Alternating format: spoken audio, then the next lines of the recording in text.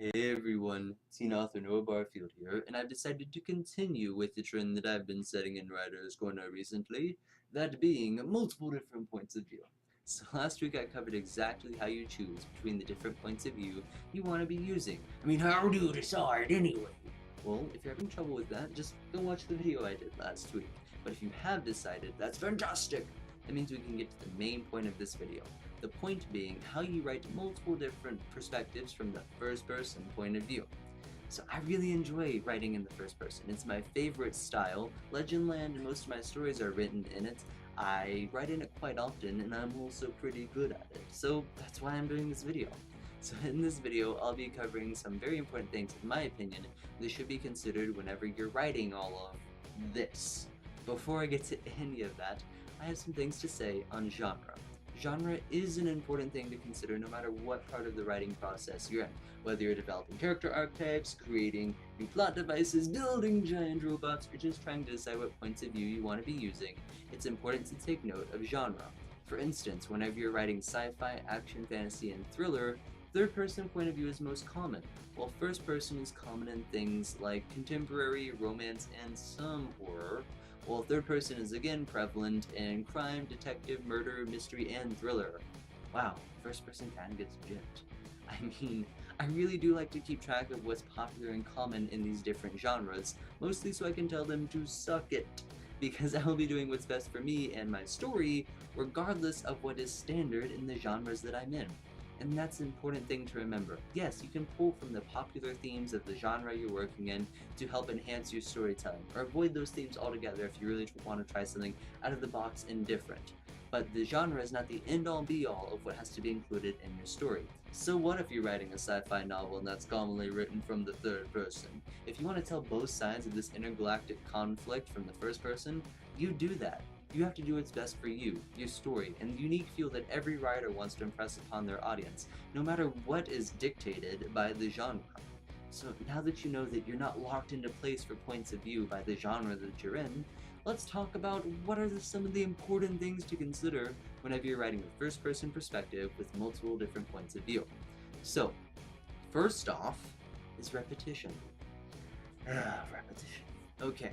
The first-person point of view can get repetitive without having all those extra voices in it regardless. So it's important to break up that monotony, because no one wants to read things like, I picked up the sword, I thrust the sword at my opponent, I blocked his clumsy parry with my own blade, I picked up the giant laser cannon and shot it at the spaceship.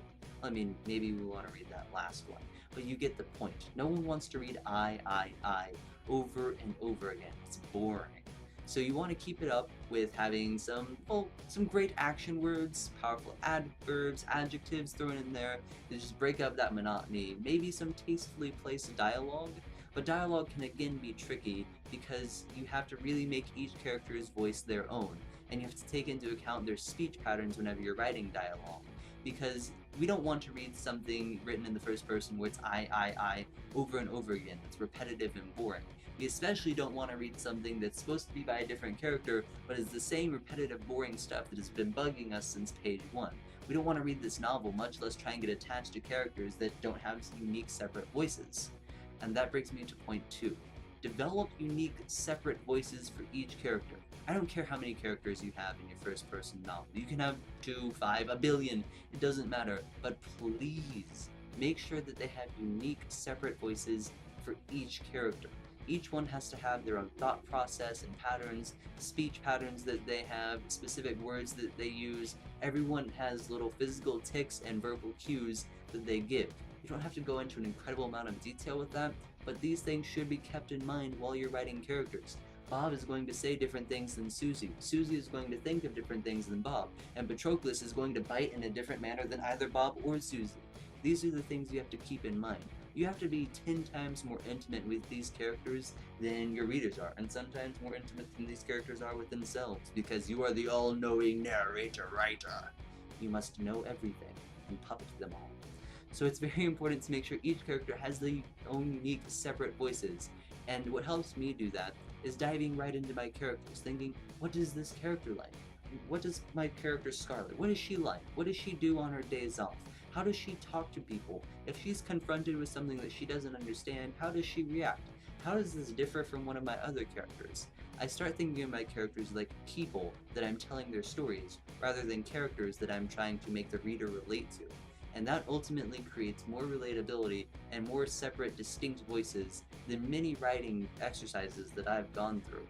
So it's important to make sure that these characters are separate and distinct, that they have their own speech patterns, that they have their own monologues inside of them, their own dialogue that feels separate.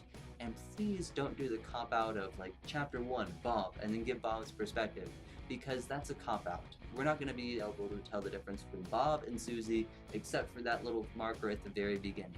That's lazy, and I don't promote laziness in writing. So even if you're going to have that little cop-out at the very beginning, make sure that these voices are so unique and separate that it's almost like it's not there, but it's just there for the people who haven't really experienced this before and need a little help with transitions.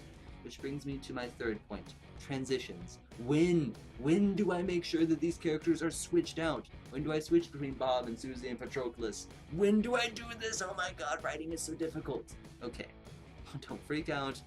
This is something that I had to deal with in the very beginning, because originally Legendland had a ton of different perspectives that I wasn't ready to deal with. So I had to really slim it down. And then the task was, how do I transition these well? How do I make sure that whenever people go from reading Mr. E to Scarlet, that they know that this is definitely Scarlet? You should know within the first couple of, well, words, maybe a sentence, maybe a paragraph at most, that this is the new character. And it's very easy to do that whenever you have page breaks or new chapters. I would be very careful switching character viewpoints mid-scene. That can get quite disorienting. I've done it, and it has to be done very carefully, and I did it under the watchful supervision of a team of editors and my mentor with the full consent of my publishing company, rather than just trying to wing it. So whenever you're switching mid-scene, here's some things to keep in mind. First, have you developed distinct voices already? Do you know that these characters are separate? What are some things that you can say right in those first few words to let you know, oh, this is the new character that's speaking? Is switching in mid-scene really useful? How is this going to benefit the scene or the story, and how is it going to grow the reader's attachment to these characters? Is it going to dissociate them? These are some things to consider. Now, whenever you're switching within page breaks, that's a little easier as long as you have like dashes or asterisks, something that lets you know, oh, this is a page break, this is probably going to be a new character. Now, the best way to do it is chapters, because it's a clear, defining breaking point away from the last character. So you have to make sure that the reader isn't thinking, oh, this is obviously Susie talking now, whenever it's still Patroclus biting things and mauling at stuff. You have to be sure that this character is distinct, so ultimately distinction is important. But you also have to drop the lines in the very beginning of the switch, that this is the same character or this is a new character. So my recommendation for whenever you switch these different characters out is, well, at the beginning of a chapter, maybe at a page break, very carefully mid-scene, only if it's crucial to the storytelling or you can do it really, really well, whatever works for you. But these are some things to consider whenever you're writing from the first person point of view with multiple perspectives. This obviously is not all there is to know, but these are some just bare basic important things to keep in mind while you're writing. There's a lot of information and different resources out there, but I just try to compile it all into an easy to listen to format that I hope people will enjoy. So here's the part where I brag blatantly about my book. Legendland, this beautiful masterpiece right here, is available on my website, www.arc-storm.com, which is just one of the many ways you can contact me, either at my website, Facebook, Twitter, leave a comment below. Please don't forget to subscribe, and also Legendland is an ebook and physical copy, both of which you can get on Amazon as well, so you can get it almost anywhere, and you can find me across the entire interwebs. So thank you for watching, and I hope that you continue to enjoy.